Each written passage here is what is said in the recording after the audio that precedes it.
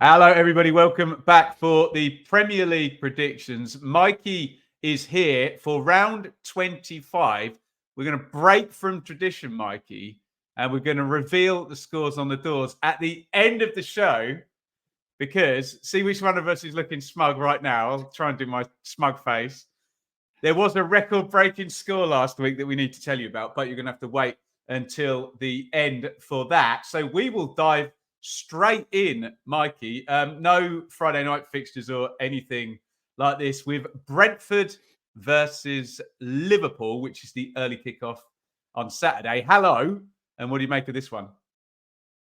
Hello, Ben. Yeah, two solid wins for Brentford and Liverpool last week. 2-0 win for the Bees at Wolves. I don't think either of us. Well, we didn't see that coming, did we? Neither of us even fancied Brentford to get a draw there, but they did give up quite a few chances. Cunha went off injured, and they made the most of it.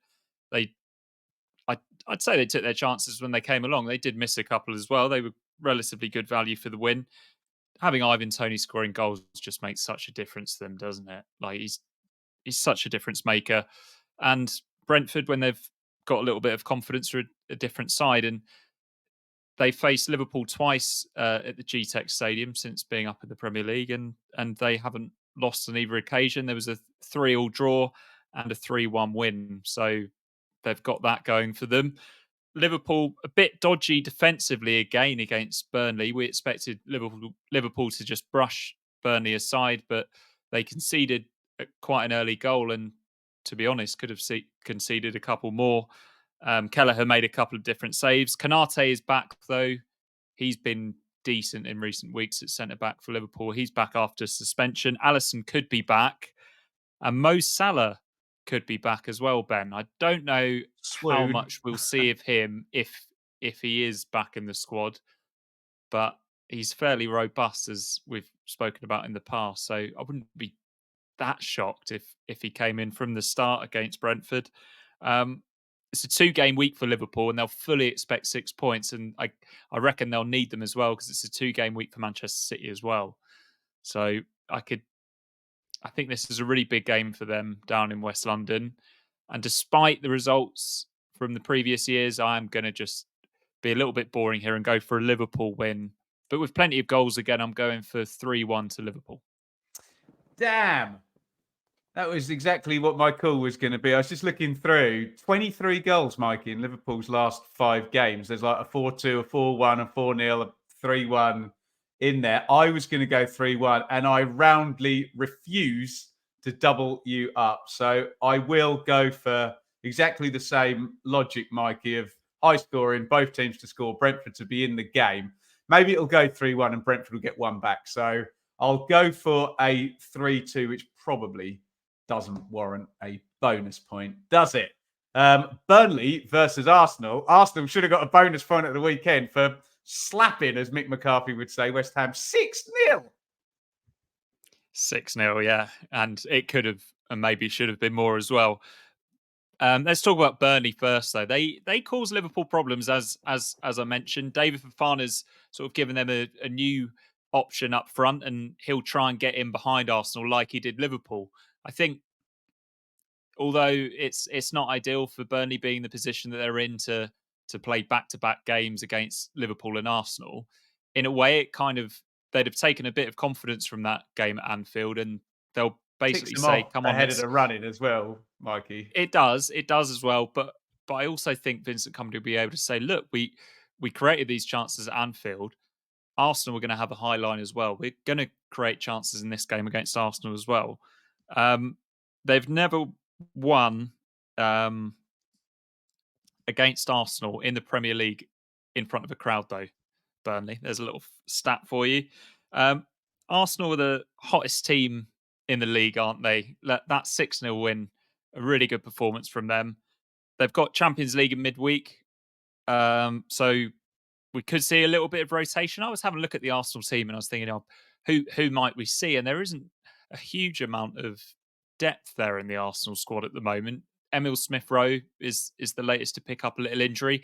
I think we might see Eddie Nketiah from the start. We might see Nelson from the start as well. They're the only two that I was thinking obvious sort of second choice players because Trossard has been starting for them of late. They're really cooking at the moment, Arsenal, and despite Burnley having that strong outing at Anfield where they still lost 3-1, I think I'm going to go for an Arsenal 2-0. Yeah, so impressed with Arsenal in the last few weeks. Again, we mentioned this last week about teams going too early and timing the run. That's the only worry, is it? Don't peak too early and then have a little drop off as you get into the last 5 or 6 games. But yeah, Burnley are just winless in a while, aren't they? So I'm going to back Arsenal 2-0. Sounds quite sensible. So sorry, I'm going to do exactly the same thing and I'll just add a home goal on because I'm in the same ballpark. I'll go Burnley 1, Arsenal 2. And with my very championship niche reference hat on, a rerun of the 2017-18 playoff final. It's Fulham versus Aston Villa. Was that the Tom Kearney goal, Ben? Very good. Yeah. Yeah. A good game, that one, wasn't it? Fulham really caught us out last week. Another team that did. They deservedly beat Bournemouth. William was really good. And when he's good, Fulham are a completely different proposition, especially at home. They create so many more chances for their forward players. And in Rodrigo Muniz, they've got a striker who's found a little bit of form now. He scored 3 in his last 2. So, and generally, Fulham have been pretty strong at home recently as well. They've won 6 of their last 9 at the Cottage. So they're making that a little bit of a fortress.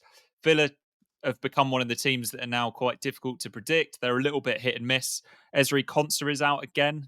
He didn't play last week and he was a huge loss. They have won 9 of their last Premier League games against London opposition, though, Aston Villa. I don't know if that counts for anything. I can't pick a winner for this one, which is why I've gone for a 1-1 draw. Yeah, that makes some sense. I'm just going to go with the warm, fuzzy feeling that I've had success back in Villa quite a bit on these shows. They're quite unlucky against Man United. That could have gone. Yeah, they were. Yeah, Bailey's in good gone the form, other isn't way. he? Watkins, a big goal threat, scores a lot of goals away from home. Yeah, there you go. You talked me into it. So I will back Villa, but again, for the third prediction running, I've not had any clean sheets so far. I'll go for both teams to score, and I'll go for Fulham 1, Aston Villa 2. And I'm going to move you on to the Matt Ritchie derby. It's Newcastle versus Bournemouth. Yeah, Eddie Howe against his old club. And you said that that would have been better, wouldn't it? You haven't picked out any clean sheets yet. You're definitely not going to put a clean sheet in this one, are you? Newcastle are the entertainers again. Shades of the mid-90s. They've had 90 goals in their 20 Premier League games this season, Ben. That's 4 and against. So just raining goals. Last year, Newcastle were pretty tight defensively, and that was what a lot of their success was built on. Not this time around. They had a decent 3-2 win at Forest, typical of their season, really.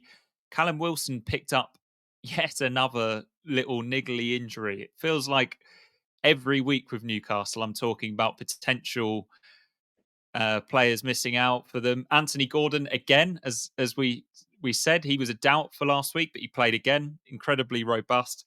Bournemouth making the 350-mile trip to the northeast on the back of a 6-game winless run. The goals have dried up for them, really. 18 goals in 7 for them across sort of the festive period. They've only scored 4 in their last 5. Should be a nice, fun game, though, this one. Both teams will go for it. I've gone for another 3-1 here, and probably no real surprise. I've gone for Newcastle to win it. I'm feeling contrary. So from the moment you started off, I'm like, how can I get a clean sheet into this one now to wind Mikey up? So I'll go for the same margin of victory, Mikey. And yeah, we just need Newcastle versus, who were the other mega scorers? It was Liverpool at the moment, because that'd be about 5-5 if they played right now. So I'll go 2-0, and I will go for the Newcastle clean sheet. But yeah, I feel all of your logic there. Nottingham Forest versus West Ham. Do we get a bounce back from West Ham after the 6-0? Not sure, Ben. This is the Stuart Pearce derby. I've dubbed this Ooh. one. Forest, let's talk about them first. They, as we just mentioned, were narrowly beaten by Newcastle last week. They were a little bit unlucky, and Forest are starting to really connect at the attacking third of the pitch. They've got Gibbs White, Alanga, Hudson-Odoi, and Awoniyi, and they're all in pretty good form. That to me, and I know what happened last season with Leicester, that to me is not the attacking lineup of the team that gets relegated. No. And I've sort of been putting Forest down there as a potential relegated team because I can't see Everton going down and I don't want Luton to go down. But looking at that if they can all stay fit, I think Forest have got every chance of staying up this season. They won this fixture 1-0 last term. That was David Moyes' only ever visit to the City ground. I also remember, I had to look this one up, they lost 5-0 West Ham in the Cup against Forest back in 2014 when Forest were very much a mid-table championship team. I think maybe it was possibly under Sam Allardyce. He might have made 10 or 11 changes or something like that. But yeah, they don't have good muscle memory at the City ground, West Ham fans anyway. They did beat them 3-2 at home in November, though. They were flying high then, but they're really not now, are they? They haven't won a game since they beat Arsenal in early December. Bobby Moore was playing for West Ham the last time that they managed to double Nottingham Forest. So that would be a slice of history that they'll hope for. I can't believe I'm doing this. I'm backing Nottingham Forest to beat West Ham. I'm going for a 2-1 Forest win. Okay. So I'll play tactically then. And I think I'll flip reverse you completely then. And we'll go for the bounce back. And we'll go for West Ham to be, because I know it's a poor moment, Mikey, but they've been a really good side over the last 4 or 5 years. And They have. maybe they'll respond from a hiding. And Well, they call David Moyes Houdini, don't they? As soon as people start to question his future, he gets a good result, and then they seem to go on a little run.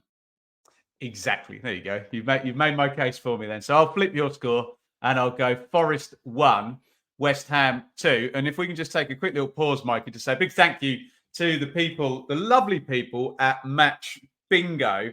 If you want to go and play Match Bingo this weekend, there's 2 things you need to do. First is go via that QR code and they'll know that me and Mikey have sent you. Secondly, if you click games on the app, Mikey, Brentford versus Liverpool is absolutely free to play. So the first game on Saturday, you can get the app downloaded. It's not a mega prize pot, but it's 175 quid prize pot, which just after the January payday after Christmas, for a free card wouldn't be the worst thing to land in your bank account, would it? So head over to Match Bingo and try it out, and you can play Brentford Liverpool, which what have we gone for in that? Which we've both backed Liverpool to win with loads of goals in. So your Match Bingo card should get full up of a lot of action, and someone should win that jackpot. Get involved, but please, as ever, play responsibly.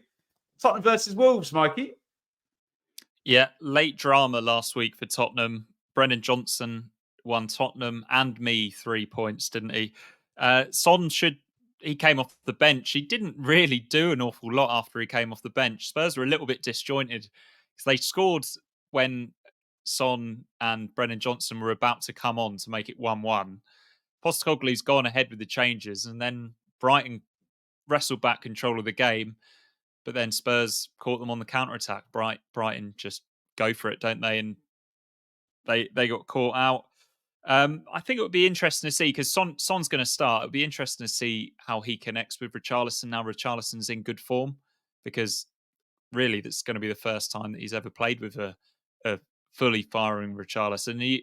You hope for the Brazilian's sake that it's not going to be one of those where Son comes in and starts getting in those areas that he was getting in and the goals dry up again. But it will be interesting to see. They've won. So moving on to Wolves now, they've won 3 of their last 4 games against Tottenham. They've had a good recent record away at Tottenham in recent years as well. Cunha went off in that defeat against Brentford with a hamstring injury. He's a maybe for this game, but Hwang Hee-chan should return to play against his mate Son. And I've just realised I haven't written down a prediction for this game, so I'm going to Go have to on, off just the quickly cuff. do it off the top of my head. I'm expecting more goals from Tottenham. Uh, I'm going to go for Tottenham 4, Wolves 2. No bonus point for that. Yeah, go on. Yeah, that's well worth a bonus point, a 6-goaler. Mikey, I'm struggling with Wolves. This is one of these now where they're completely in my head, where every week I'm pretty much diametrically the wrong way round with Yeah. Wolves, like Well, I don't know how badly the that wrong way happens round. because I'm wrong every week as well on them, and we're trying to No, well, we're contradict both doing each the other. same thing, evidently, aren't we? So I'm going to back Spurs, but I fully expect then Wolves to shaft me and put in some kind of away win here. So I'm going to go for a clean sheet victory then. I will go Spurs 1, Wolves 0. And we will move on to a repeat. You'll tell me the year of the Champions League final 2021, maybe. Manchester City versus Chelsea. Yeah, Kai Havertz was the match winner for Chelsea on that day. How Yeah. quickly things can change in elite football. City were really sluggish last week against Everton. It was a really poor performance. I think a lot of people would have been switching over to the far superior early kickoff in the Championship at Portman Road. It was a really poor performance from Man City until they brought Kevin De Bruyne and Kyle Walker off the bench, and then suddenly things open up for them. Surprise, surprise. Having Erling Haaland just helps, doesn't it, in those tight matches when you're not playing well. They've got a trip to Copenhagen this week, which is not the most difficult Champions League knockout tie on paper. You'd imagine that Pep Guardiola is going to shuffle the pack for that one, and then he'll go ultra strong if he can against Chelsea. Chelsea, again, just difficult to predict, aren't they? But a really good 3-1 win for them at Selhurst Park on Monday night. Conor Gallagher, if he can find the same form that he has at Selhurst Park, away from Selhurst Park and at Stamford Bridge and everywhere else in a Chelsea shirt, then he's going to be a really big player for them. Enzo Fernandez also scored. He's supposed to be a world-class midfielder, and he just hasn't really produced the numbers for Chelsea. They're going to be looking at him in a game like this to really stand up and show what he's all about. Poch has had, I seem to recall, has had some pretty big results against Pep Hmm. Guardiola over the years. And I don't know why. This kind of, there's no real logic to this. But I fancy one of the big teams to slip up this week. So I'm going for Man City to slip up. I'm going for a 2-2 draw at the Etihad. Did not see that one coming, Mikey. Poch has had some good results against Pep, but he also had Kane and Son playing for him at in all of those He games, did. didn't he? Which helps a lot. I'm so boring with these. I always back Man City to win, especially when Yeah. they're at home, and I find Chelsea rather unpredictable and frankly a little bit flaky. So I just can't see them. I can't see them getting the point that you've predicted. Clip that one out. So I'll go Man City, and we will go. I think a clean sheet as well, Mikey. Man City 2, Chelsea 0, and well played, Sheffield United. We both had them to lose at Yeah. Luton, and they cruised in 3-1. Great win for Sheffield United. I'm not sure whether it's a more significant result for them or for Luton, but we can talk about that on the next prediction we're about to do. But any chance they can follow it up against Brighton, Mikey? Well, I think they've got a chance. They fully deserved to win at Luton as well, didn't they? They created plenty of chances. They created 2 really good chances before they even scored in that game. And the fact that they are now creating chances and scoring goals with regularity maybe doesn't give them the chance of getting out of the predicament that they're in, but does give them the chance of making life difficult for other teams and picking up results here and there. Vinicius Souza was everywhere in that game as well. An incredible individual performance from him. He just seemed to be involved in every single thing that happened. Brighton were a little bit unlucky to lose at Spurs. They missed João Pedro up top in that game. He might be back. Matoma looked back to somewhere near his best as well for Brighton at Tottenham last week, and he's a really big player. And Roberto De Zerbi will be back on the touchline as well, so that should make a big difference for them. So Brighton have had no win, though, against Sheffield United since the 15th of January 2005, Ben. I had a little Have I look got to at name the the band? album charts at that time. I'll talk you through the top five, but I'll let you Okay. guess who was number one. So fifth was the self-titled album, debut album from Franz Ferdinand. Then it was Songs About Jane by Maroon 5. I think that was their debut album as well. American Idiot, Green Day, Oh, was third in the album charts. This is the first decent, 20 minutes of American Idiot is pretty much perfect, isn't it? fantastic album. And then it's Hot Fuss by The Killers in Which is second. going to be in the charts for about 6 years, I guess, is it? Yep. Go on, Ben. Who's number one at this time? Kaiser Chiefs. No. It is the Scissor Keen. Sisters. Oh, Scissor Sisters. Wow. God, that is Self-titled. halcyon, isn't it? Yeah, Yeah, that's the formative I don't. times. We'll not get Yeah, into it too far, but when I was in bands, that was what was successful, Mikey. yeah, but for just five incredible albums, just at the same time, and that was the same time that Leon Knight was popping up with an injury time winner for Brighton at Sheffield United the last time they beat them. Doesn't he have an Um, interesting Twitter account? I think he has had He did. various interesting Twitter Yeah. accounts, but I can't keep up with him No. anymore. I'm going for a 3-1 win for Brighton. Despite all of that, despite those all that's happened since the last time they won there, I'm going 3-1. Um, I don't think Sheffield United can win, but I want to give some hope to our dearly departed team. So I'll go for them to get a point. Maybe they get a late equaliser or something, Mikey. So I'm going to go. Shall I go 2-2 or 1-1? Let's go 1-1. Sheffield United won, Brighton won, and cue a million statistics and images of Conference League tables from 10 years ago and pictures of the Oak Road entrance now sponsored by Domino's. It's Luton versus Manchester United. Other pizza companies are available, and we are in association with Match Bingo. Lovely. Yeah, there'll be loads of cliches for this one, won't there? David versus Goliath. It feels like an FA Cup tie, doesn't it? Yeah. Luton Town against Manchester United, and you'd think some of those Manchester United players won't love going to Luton, although it maybe feels like this fixture has come at the right time for Eric Ten Hag and Manchester United because they've got a little bit of confidence and they've overcome a little bit of adversity in recent weeks, and they had that win at the difficult ground at Newport as well a couple of weeks ago. Not comparing Newport to Luton, the team, by the way. That would be absolutely ridiculous based on the season that Luton are having so far, but a real missed opportunity for them last week against Sheffield United, wasn't it? They'll be so disappointed about that one because they could have moved. They could have put a bit of daylight between themselves and Still got a Everton, and game in hand, Mikey, on everyone down there. they do, yeah. But isn't that, yeah? The game in hand is Bournemouth away, isn't it? So that is quite a Okay. useful game in hand.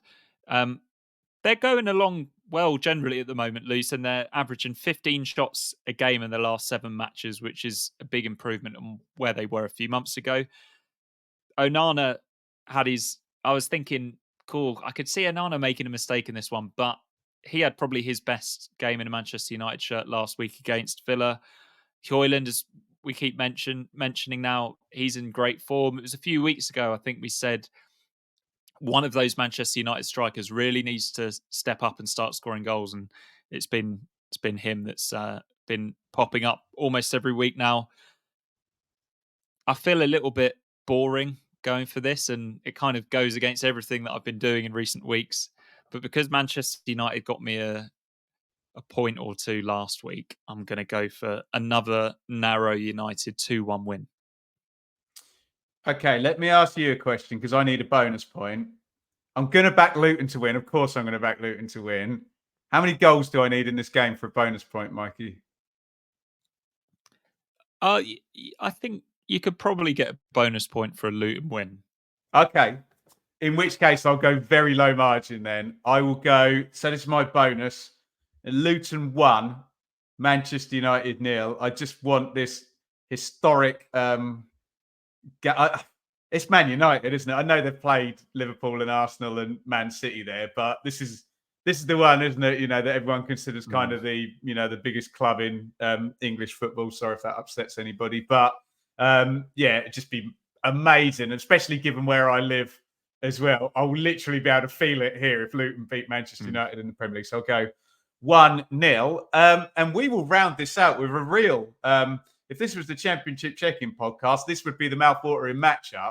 Everton versus Crystal Palace, with Everton third from bottom in the relegation zone, able to reel Crystal Palace in proper, not into the bottom three, but into the mix. Big style. Proper 6-pointer this one, Mikey. Yeah, this one is on my mum's birthday, and it's the battle of two very temperamental fan bases. 16th of December was Everton's last win. I thought you were going to say a grand old fixture, this one, right? I think my mum would rather be called temperamental than old, strangely. I said grand.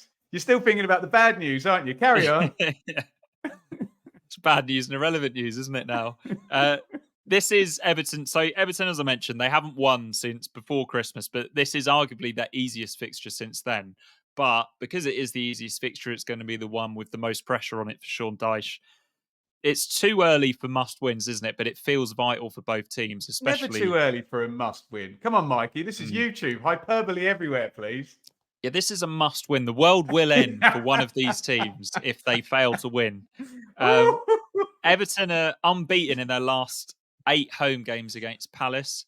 They had, I think it was right at the end of the season before last where they beat Palace and stayed up right near the end of the season, and Frank Lampard went absolutely wild for each of the last 5 seasons where they beat someone at Goodison and stayed up at the end of the season, isn't it? They love it. Yeah, it's a little bit too early for that, isn't it? Maybe they'll just save those wins for later on in the season. But yeah, Palace were a little bit unlucky to lose 3-1 against Chelsea on Monday night. Wharton played well in midfield with Lerma. He looks like he's gelled quite nicely, but Elise's out, isn't he? He's out for a long time. Eze and Gay unlikely to play. And you look at the teams in Everton, really, they should be winning this one. I'm going for Everton 3, Crystal Palace 1. Oh, I thought you were going to go for the Dyche. Could be good night, Mr. Chips, for Roy Hodgson. With my Ipswich Town hat on, can he please stay in the job as long as possible? But I'm going to go for the clean sheet then, if you haven't, Mikey. So I'll go for Everton to kind of score from a set play, Palace to chase, and then Everton to get a second late in the game on the kind of breakaway or something, that type of win. So I'm going to go Everton 2, Crystal Palace 0. And if you've been waiting to find out who the smug record breaker is, it's Mikey, because, and this is the biggest score I think we've had, 11 points you beat me to 6 last time, Mikey. You got Man City right, Liverpool right, Arsenal right, whatever. But Manchester United 2-1 away. That's a good shout because Villa have been really good.